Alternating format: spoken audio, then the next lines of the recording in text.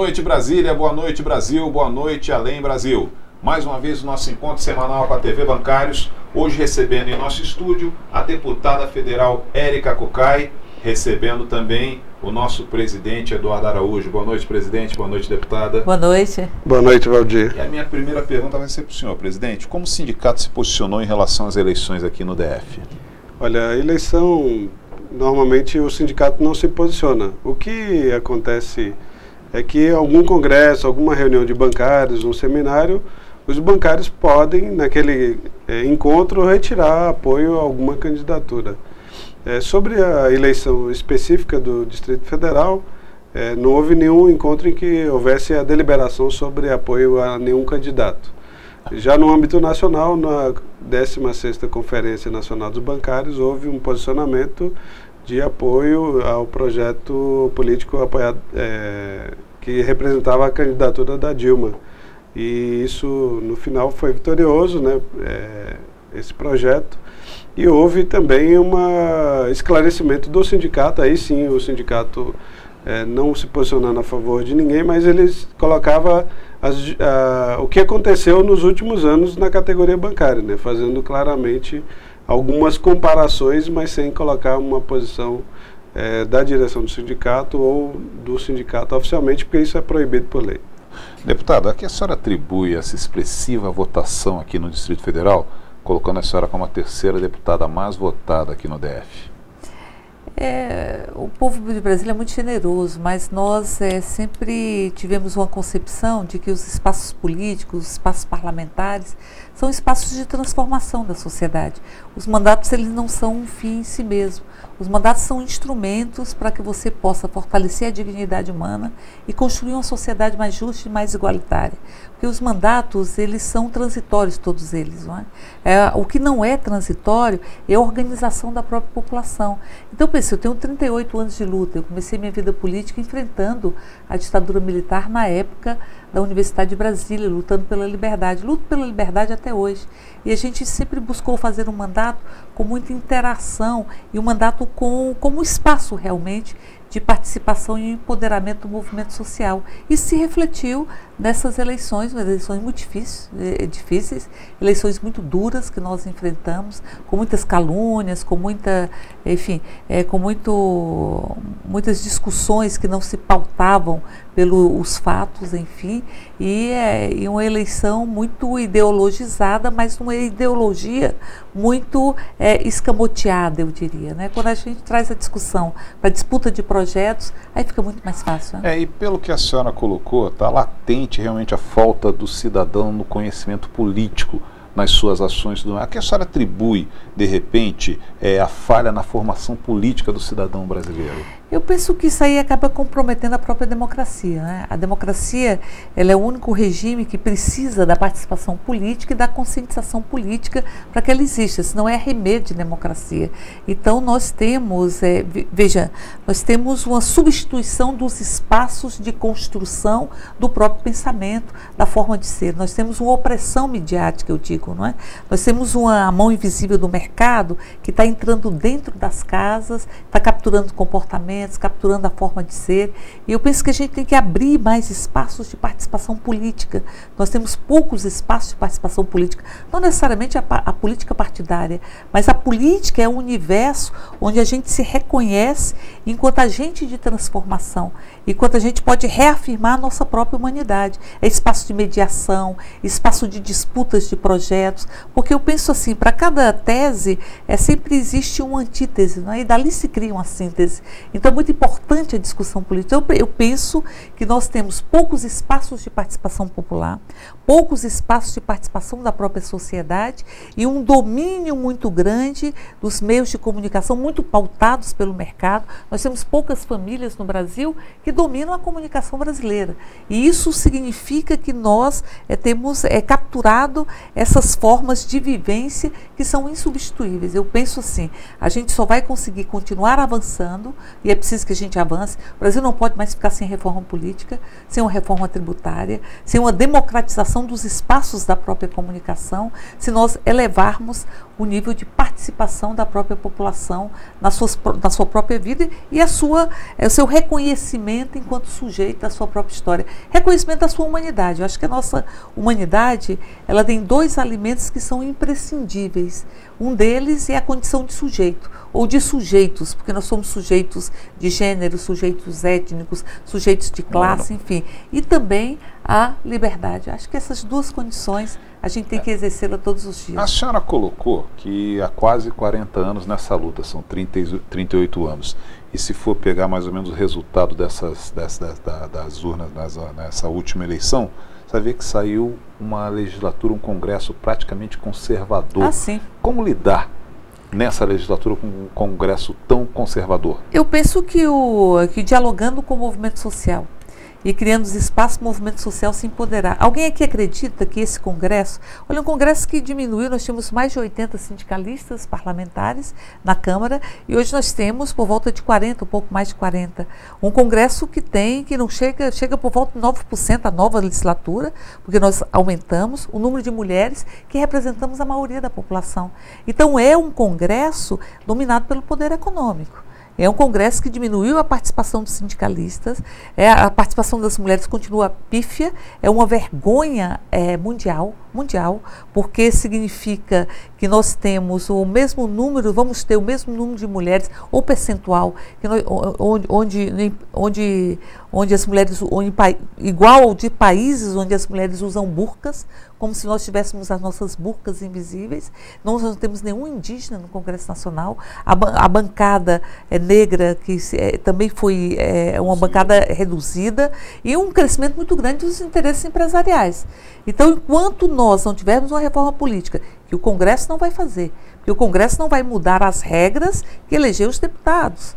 Então, portanto, não vai haver suicídio coletivo, suicídio político coletivo. Ou a população se apropria dessa função e começa a discutir e pressiona o Congresso, ou nós não vamos ter um Congresso que possa dar respostas às demandas da sociedade. É um Congresso que não nos representa.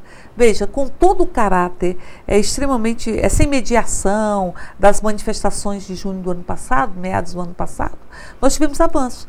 Nós avançamos com as manifestações que aconteceram no Brasil, nós avançamos no Mais Médico, que a gente não conseguia aprovar na Câmara. Nós avançamos nos recursos do pré-sal, dos royalties do pré-sal para a educação, que 75% para a educação, 25% para a saúde.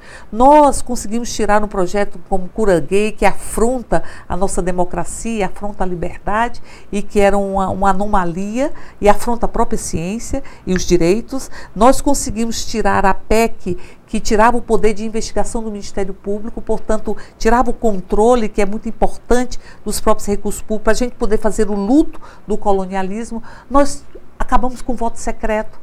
Tudo isso veio na esteira das manifestações. Só que as manifestações, como não tinham mediação de sindicatos, de associações, enfim, elas vieram e saíram. E elas não deram sustentabilidade a esse processo de avanço.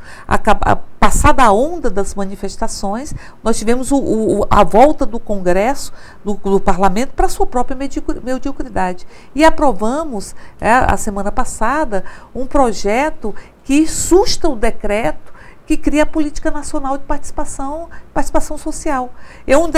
O decreto da presidenta Dilma não cria nada, não cria nenhum conselho novo, apenas cria um grande conselho composto por o conjunto dos conselhos que representam as políticas e, do outro lado, a representação de vários ministérios. Isso é absolutamente importante, porque os conselhos hoje, eles ajudam a elaborar políticas públicas, Conselho de Saúde, Conselho de Educação, Conselho LGBT, Conselho de Direitos Humanos, tem inúmeros conselhos no Brasil, alguns deles existem há décadas.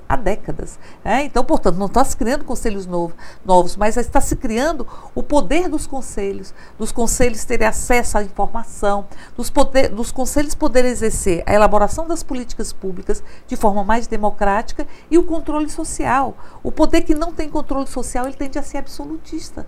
Então, portanto, nós tivemos um Congresso, na sua maioria, completamente avessa à possibilidade de aumentar o poder da sociedade civil. E sem o poder da sociedade civil e o poder da organização popular, a gente não vai fazer as reformas que o Brasil precisa. O Brasil precisa de reformas que um Congresso que não nos representa não vai fazê-la. Ou a população se mobiliza para isso, ou a gente vai continuar ficando nos limites da ausência de reformas mais profundas, como a reforma política. Não tem mais sentido você ter esse nível de financiamento de campanha. A cada ano, você tem uma série de escândalos de corrupção. Os escândalos de corrupção, que digo, são muito bem apurados e investigados pelo governo da presidenta Dilma. As pessoas falam disso, mas está se tirando a corrupção debaixo do tapete e está se mostrando, está se punindo, rompendo com a impunidade. Mas grande parte dos escândalos de corrupção, eles têm relação com o financiamento de campanhas. Claro. E é preciso que nós tenhamos o financiamento público de campanha e que nós tenhamos o controle, que isso possa ser transparente, para que você possa ter um parlamento que não seja um amontoado de interesses econômicos. Os banqueiros têm sua representação dentro do Congresso, uma representação forte. Nós temos, por exemplo, Valdir, uma comissão que discute o novo Código de Mineração, onde 75% dos seus membros tiveram suas campanhas financiadas por mineradoras. Isso significa que nós já sabemos qual vai ser o teor deste novo Código de Mineração. E já sabemos como vão ser considerados os interesses das comunidades tradicionais, dos indígenas, do meio ambiente. Eles vão estar vergados pelos interesses das próprias mineradoras. Então, portanto, ou a gente entende que a democracia ela pressupõe a participação popular, e a gente entende que é preciso elevar essa participação, e nesse sentido o sindicato é muito importante, a CUT é muito importante. Nós tínhamos um projeto na Câmara, e eu tenho medo que ele volte, porque se diminuiu a bancada de sindicalistas, mas o projeto 4330, que eliminava os direitos dos trabalhadores, que possibilitava a terceirização, inclusive em atividade de fins, que criava, o Araújo sabe disso, porque o Sindicato dos Bancários atuou muito na perspectiva de a gente conseguir tirar esse projeto de votação da pauta, porque ele iria ser votado.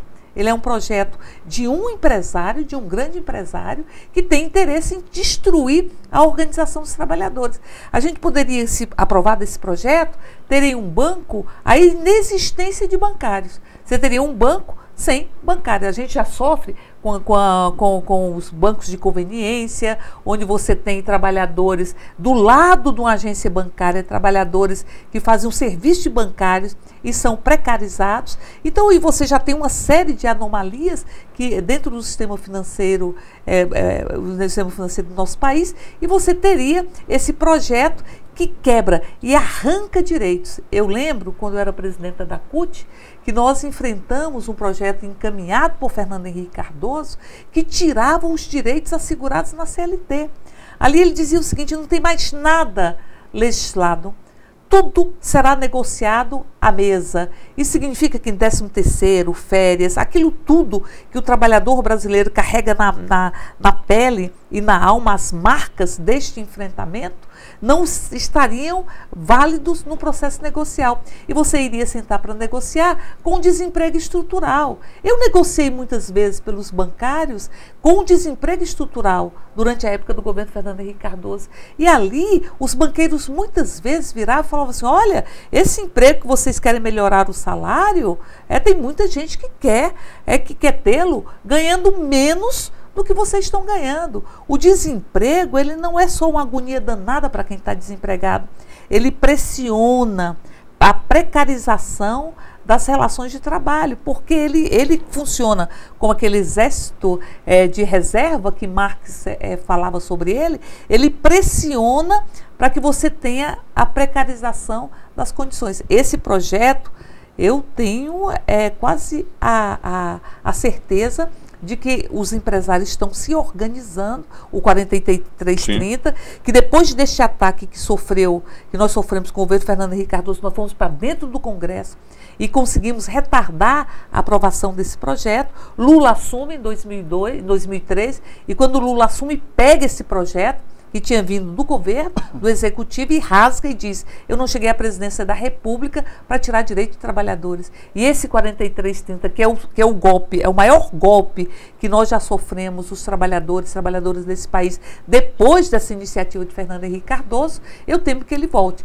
Então, por isso, É muito importante empoderar os sindicatos, a central, essas centrais, não apenas a CUT, mas as centrais que estiveram dentro do Congresso e que foram tratados sindicalistas como se fossem inimigos da nação, porque estavam defendendo como se fossem responsáveis pelo atraso, responsáveis pela ausência de modernização. Modernização é toda pessoa poder viver sua humanidade. Isso é que é moderno. Não é modernização, não é arrancar os direitos. E lembro, e encerro com isso, que uma das pessoas que estavam numa mesa, numa comissão geral que foi realizada no Congresso, o ex-ministro Almir Pazianotto, chamou os trabalhadores de escumalha, de resto, daquilo que deveria ser varrido do nosso cotidiano. Chamou a representação dos sindicatos bancários, da Central Única dos Trabalhadores, das outras centrais, de escumalha. Então eu diria, nós sabemos bem quais são as escumalhas que existem nesse país. E não são os trabalhadoras que constroem a riqueza desta nação. Eu vou aproveitar esse gancho e perguntar para o presidente, como sindicalista, é claro, como lidar com um Congresso tão majoritariamente conservador? Nós temos que buscar, né, e aí aqui em Brasília a gente tem um papel de aglutinar os trabalhadores dos outros estados e convocar para que a gente possa fazer mobilizações, né? E essas mobilizações, muitas vezes, nós ficamos impedidos de entrar na Casa do Povo, ou seja, aquilo que é a Casa do Povo, nós somos impedidos de entrar porque nós vamos lá para protestar contra a posição desse grupamento. E além disso, nós temos que, além de fazer as mobilizações, nós vamos estar colocando a todo momento o nome dos indivíduos, desses políticos que estão votando contra os interesses. E uma dessas questões que a deputada falou, né, essa semana nós já, por meio da organização da CUT Brasília, já vamos fazer uma vigília, né, a partir de amanhã às 13 horas, todos os dias, buscando primeiro discutir com os senadores, para que esse projeto que derrubou o decreto presidencial não seja aprovado também no Senado, e na quinta-feira a gente espera que isso não seja votado. Então, nossa atividade inicial é mobilização e divulgação para a sociedade de quem está votando contra o interesse social. Ok, nós vamos fazer um breve intervalo comercial, daqui a pouco voltaremos com esse bate-papo aqui com a deputada federal Érica Cocai e o nosso presidente Eduardo Araújo. Segue programação TV Bancários.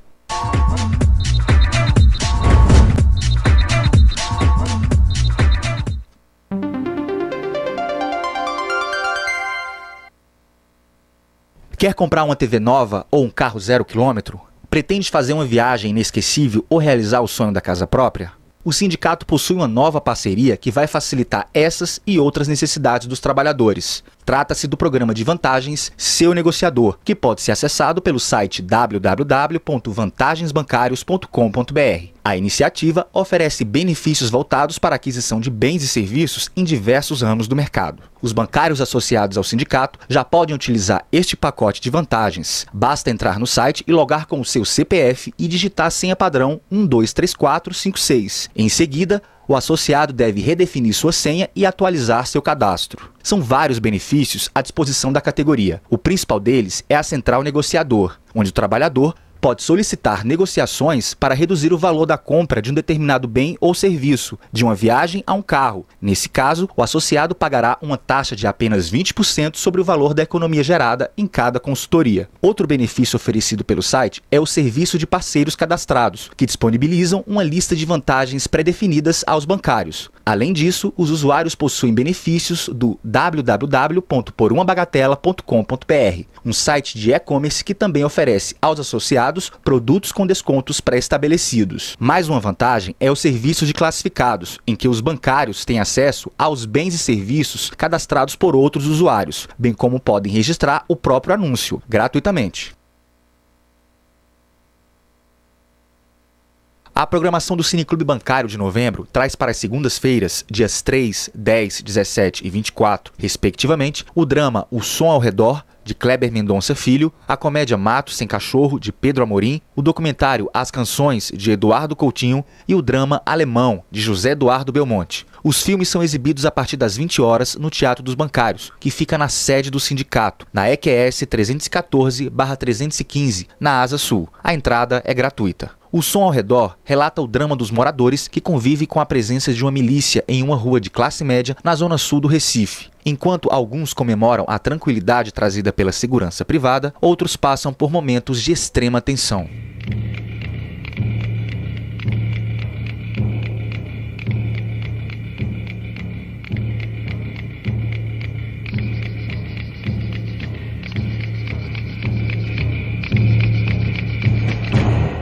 Durante 113 minutos, o público tem a garantia de muitas gargalhadas com a comédia Mato Sem Cachorro, que conta a história de Deco, que vive jogado no sofá de sua casa, apesar de ter bastante talento com a música. Quantos beijos você é raio, estrela e luar. Morde, morde, morde, morde. Mãe. No documentário As Canções, Eduardo Coutinho narra a trajetória de homens e mulheres que cantam músicas que marcaram suas vidas. Foi muito bom. Agora você tristemente ou alegremente? É alegre, né? Eu acho que é melhor eu sair assim, smooth, né? Outro drama que vai conquistar os cinéfilos é o filme Alemão. Em novembro de 2010, 5 policiais trabalham infiltrados no Complexo do Alemão, uma área que reúne diversas favelas e é considerada um dos locais mais perigosos do Rio de Janeiro. Desmascarados pelos traficantes, eles agora estão presos e aguardam que sejam executados ou resgatados pelas forças policiais. Antes da gente se salvar, sou eu fugindo daqui. Vai ser porra de ninguém daqui. Fala. Mas o que está em jogo...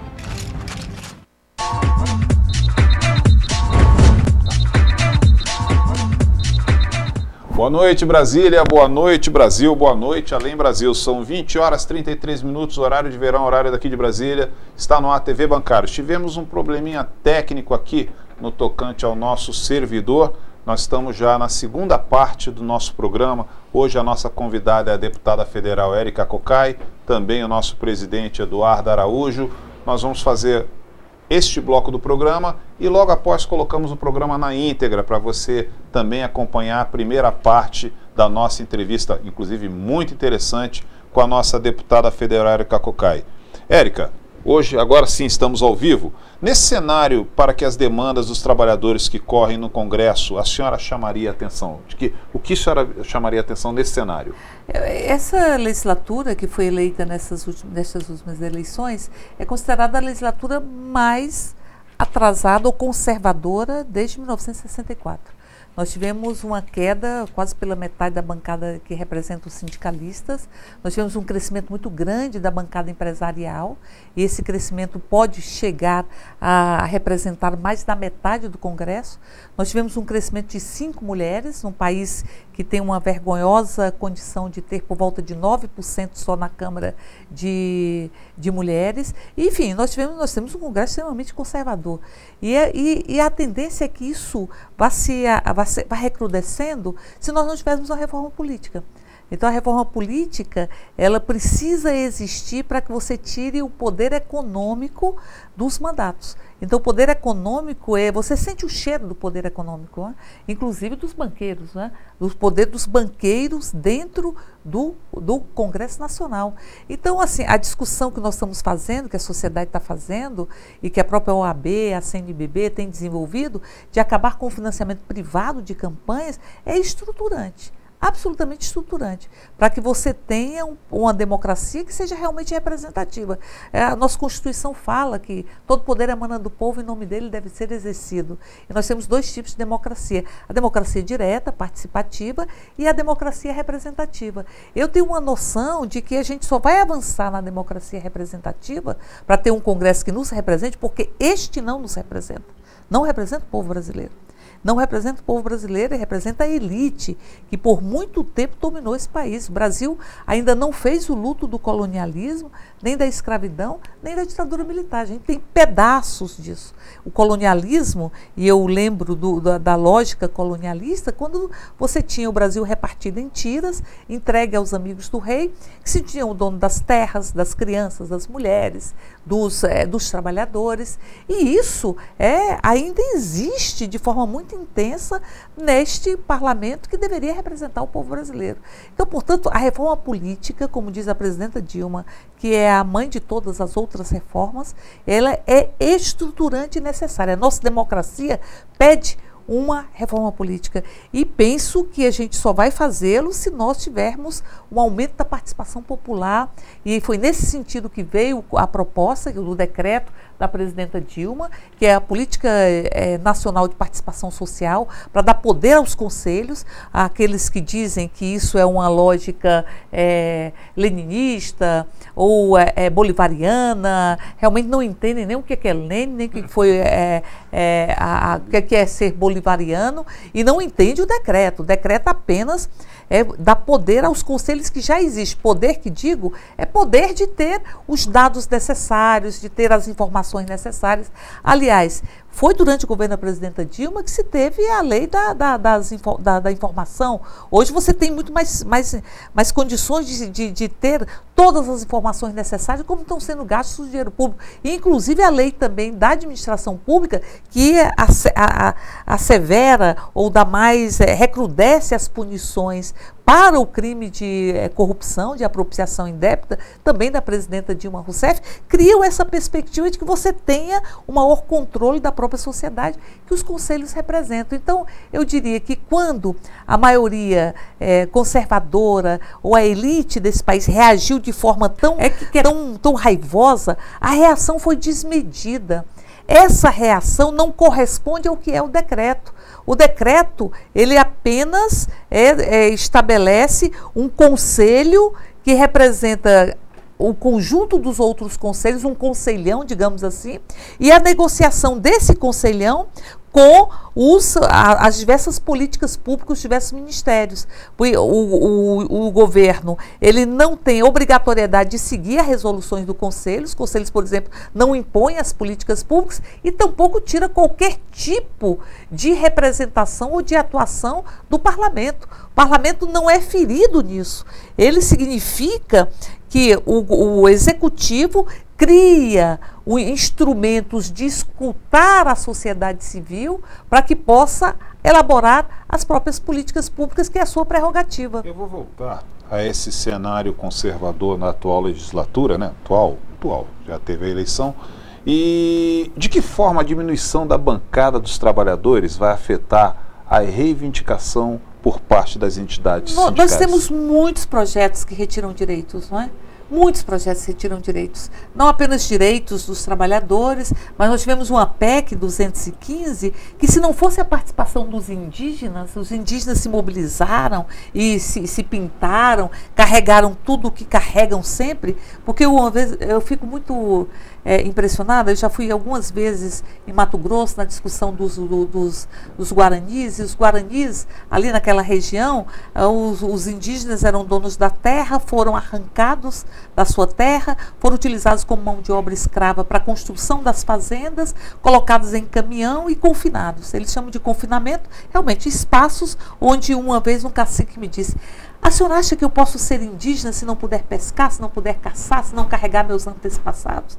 E eu fico pensando muitas vezes que os indígenas, quando saem para o trabalho, saem por inteiro, carregam sua cultura, sua forma de ser, os seus antepassados. E muitas vezes nós, bancários, quando entramos no local de trabalho, temos que tirar tudo o que nos lembra a nossa própria humanidade. Então, penso, se os indígenas não tivessem se mobilizado, nós teríamos aprovado uma PEC que rasga a Constituição brasileira, porque tira a condição de homologação das terras indígenas que é prevista na Constituição. E veja, porque quando você transfere essa função para o parlamento não tem condições de homologar terras indígenas, isso é função do executivo. Você fere uma cláusula pétrea, que é a independência dos poderes, e fere uma outra cláusula pétrea, que diz respeito aos direitos, os direitos e as garantias que estariam sendo usurpados da comunidade indígena. Se os indígenas não tivessem se mobilizado, e mobilizado todo um arco de alianças e de entidades, provavelmente nós já teríamos aprovado essa PEC. Então, penso, para reagir a esse nível de conservadorismo que invadiu o Congresso, que é fruto de um sistema eleitoral, dos financiamentos privados, do poder econômico que se expressa. Eu penso que a mão invisível do mercado está chegando tudo quanto é canto.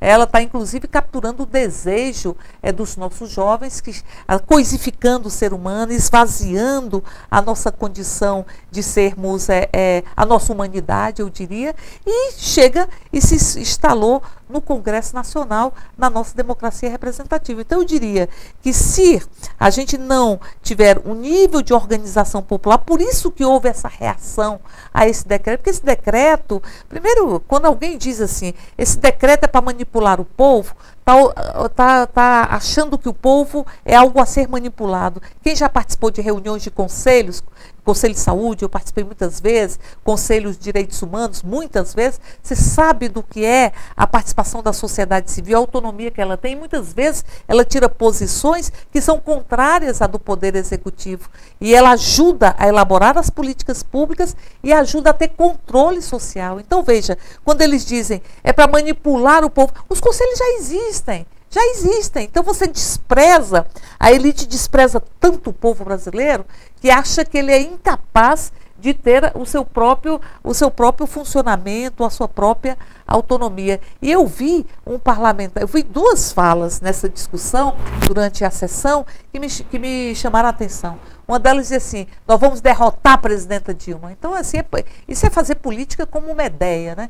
Medeia, a tragédia grega, que a mulher, se sentindo traída pelo marido, para puni-lo, assassinou os 2 filhos. Então, veja, é você dizer o seguinte, você penaliza a população brasileira para penalizar a própria presidência. E a segunda fala que escutei, que me lembrou também que se a gente não fez nem o luto do colonialismo, nem tampouco fizemos da ditadura. Dizia o seguinte, isso é coisa de Cuba, isso é para a gente tirar o comunismo que está instalado aqui dentro. Me lembrava muito a ditadura que eu comecei minha vida política enfrentando, a ditadura militar. A ditadura quando dizia o seguinte, a democracia é coisa de comunista, a democracia é coisa, quando a gente lutava pela democracia, pelo direito de votar, pelo direito de eleger a presidência da República, por tudo isso que representa a luta contra a ditadura, eles diziam que isso também era coisa de comunista para abrir as portas para o Brasil ser dominado. Então veja, a reação ela foi muito desproporcional aos avanços do próprio decreto, que não são grandes avanços, eu diria, mas ela significa um empoderamento e uma linha de fortalecer a participação popular. E a elite que está incrustada no parlamento não quer esse fortalecimento, porque isso vai representar, aumentar o poder da própria população, aumentar a nossa democracia participativa e criar as condições para uma reforma política. Por fim, dizer assim, talvez o grande mérito desse decreto da presidenta Dilma seja reunir todos os conselhos, porque eu penso assim, os direitos nossos, eles não podem ser divididos. Eu não posso assim, eu te dou o direito de morar, mas não te dou o direito de votar, não te dou o direito de falar, não te dou o direito de amar. Os direitos humanos são todos enganchados nos outros. E muitas vezes os conselhos não dialogam entre si. O Conselho de Saúde não fala com o Conselho de Educação, nem com o Conselho das Mulheres, nem com o Conselho dos Negros, enfim, ou com o Conselho de Desenvolvimento Econômico. E quando você possibilita que esses conselhos dialoguem entre si, eu acho que a gente vai avançar muito na busca de direitos e fortalecimento da dignidade humana, que é previsto na nossa Constituição. O que a senhora destacaria de pautas que devem dominar, pautas de interesse da sociedade, que deve dominar os debates no Congresso Nacional nessa legislatura? Olha, de interesse da sociedade nós vamos lutar para colocar essa pauta, não é? Mas eu digo que tem a jornada de 40 horas, acho que é importante, para o conjunto dos trabalhadores. Hoje a jornada constitucional de 44 horas, nós queremos reduzir para 40 horas. Acabar com o fator previdenciário. O fator previdenciário, ele arranca parte do salário dos trabalhadores e das trabalhadoras. É preciso que a gente elimine ou modifique o fator previdenciário, porque nós sabemos que muitas vezes a gente tem direito de se aposentar e não se aposenta porque vai perder muito do ponto de vista da Previdência. Então são temas que são importantes. E varrer definitivamente, Araújo, esse decreto 4330 que retira direitos de uma forma muito, muito intensa. Nós temos outras discussões. Nós queremos fazer avançar a isonomia. Tem um projeto que discute a isonomia entre os funcionários, os bancários de bancos públicos, antigos e os novos. Então tem esse projeto ele está com parecer contrário na comissão de Finanças e Tributação, nós elaboramos um voto em separado para que a gente diga o seguinte: nós não estamos, não tem nem que apreciar isso na Comissão de Finanças e Tributação, porque nós já estamos falando de orçamento, nós estamos falando de instituições que têm desenvolvimento econômico, que disputam mercados e que têm desenvolvimento econômico. Estou falando do Banco Brasil, da Caixa. A Caixa, mesmo sendo uma empresa pública, ela disputa mercado e ela tem lucro. Então, portanto, por que esses projetos do Banco Brasil, da Caixa, dos bancos estaduais são poucos, não é? Porque o Fernando Henrique Cardoso destruiu quase todos eles, mas assim, por que tem que passar por um crivo de uma admissibilidade do ponto de vista econômico, se eles não vão mexer com o orçamento do próprio governo? Então não representam despesas a serem agregadas ao orçamento governamental. Isso é herança do governo Fernando Henrique Cardoso, que fez essas medidas, tomou essas medidas para retirar direitos, para adequar o custo de pessoal às necessidades dos bancos privados, porque esses bancos seriam privatizados. Nós tivemos acesso, eu era presidenta do Sindicato dos Bancários, eu vi muita coisa que eu não queria ter visto, viu? Eu vi os suicídios no Banco Brasil, que é coisa que eu quero ver muito tempo ainda, e eu nunca vou esquecer, nunca vou esquecer.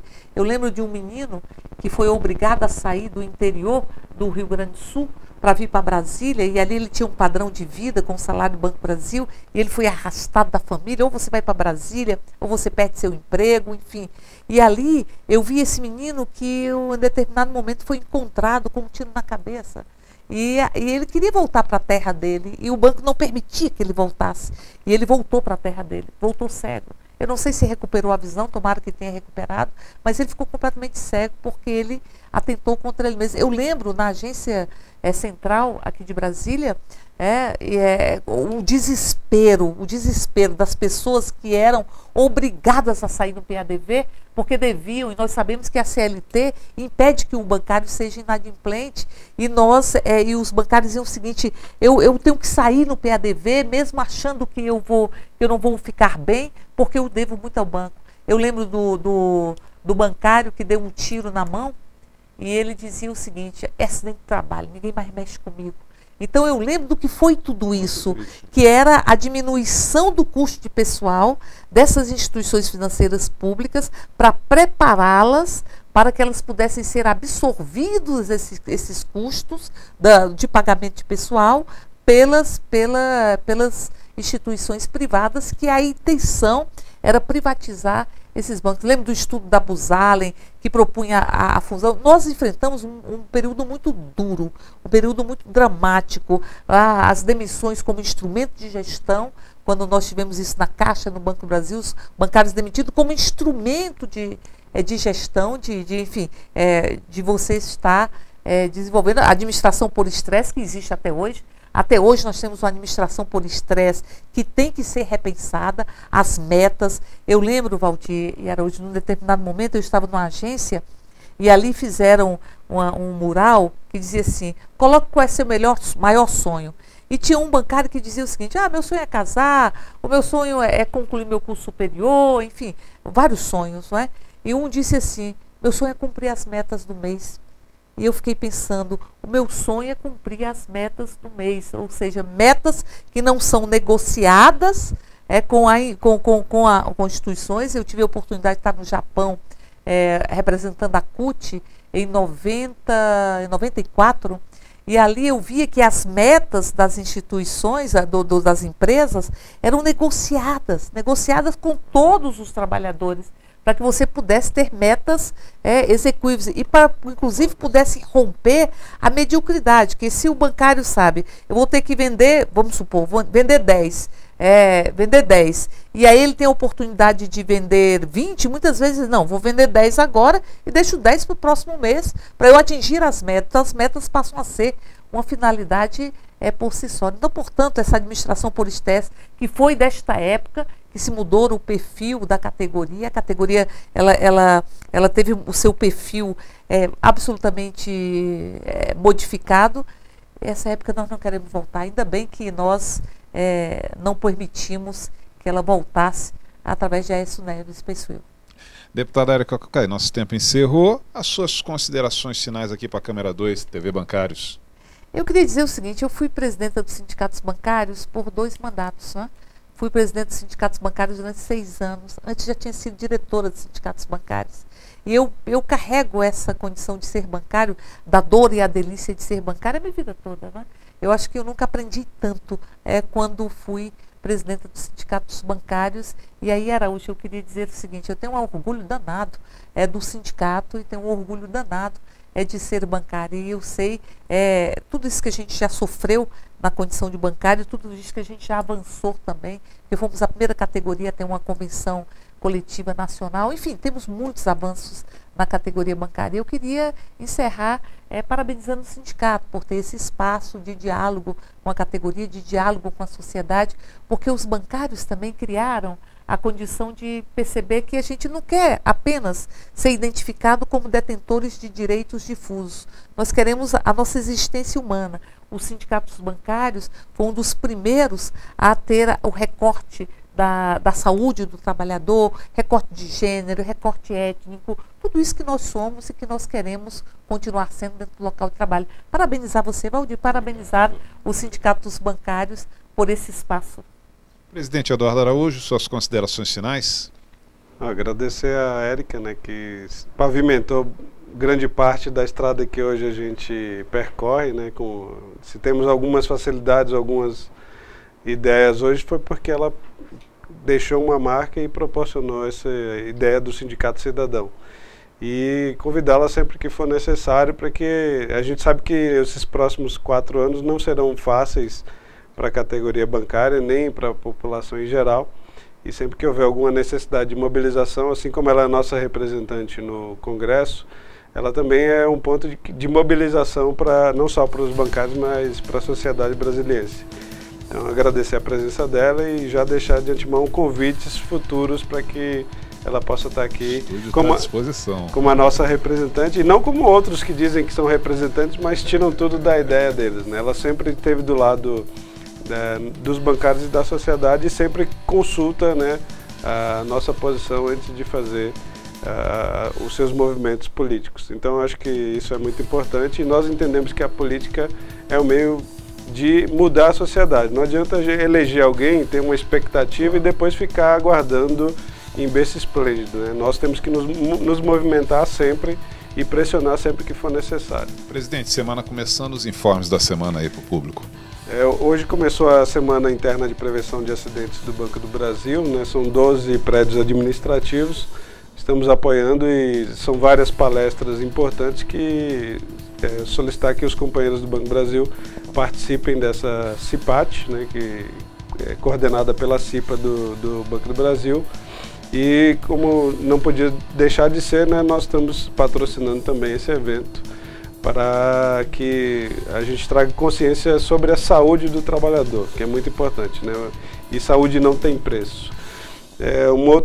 Nós temos aí a primeira rodada do Campeonato dos Bancários, solicitar aí que aqueles que gostam de atividades esportivas possam consultar no site, né, os vídeos aí da primeira rodada e convidar para que quem gosta do esporte participe, né, na próxima semana, no final de semana, na segunda rodada aí, vá lá, torça para o time da sua dependência ou do seu banco, né? Nós temos aí também da Poupex, do Citibank, do Itaú, Bradesco, Caixa, Banco do Brasil, então vários bancários participando, são mais de 300 atletas de fim de semana e convidamos a todos para assistirem. Nós temos ainda uma assembleia de aprovação do acordo coletivo da Poupex na quarta-feira às 19 horas, na sede do Sindicato dos Bancários, né, para que a gente possa analisar o acordo coletivo específico da Poupex. E essa semana já temos essas atividades aí que já são o suficiente para demandar bastante agitada. Tempo. E, por último, convidar para os outros sindicatos e para os bancários que tiverem disponibilidade, às 13 horas sempre vamos ter uma concentração na esplanada dos ministérios para poder fazer a pressão sobre o Senado Federal, inicialmente sobre a questão do decreto legislativo sobre participação social e posteriormente sobre todas as pautas que nós temos interesse que seja aprovado. Ok, presidente, eu gostaria muito de agradecer a presença da deputada federal Érica Cocai aqui no estúdio da TV Bancários, agradecendo a presença do presidente, da assessoria da presidência, o Renato, assessoria de imprensa também da deputada Érica Cocai, mas agradecer principalmente a você, bancário, e pedir desculpas pelo nosso atraso de hoje por conta desses problemas técnicos. Lembrando que na próxima segunda-feira, às 19h30, nós temos um novo encontro marcado aqui na TV Bancários. Tenham todos uma ótima semana. Segue programação.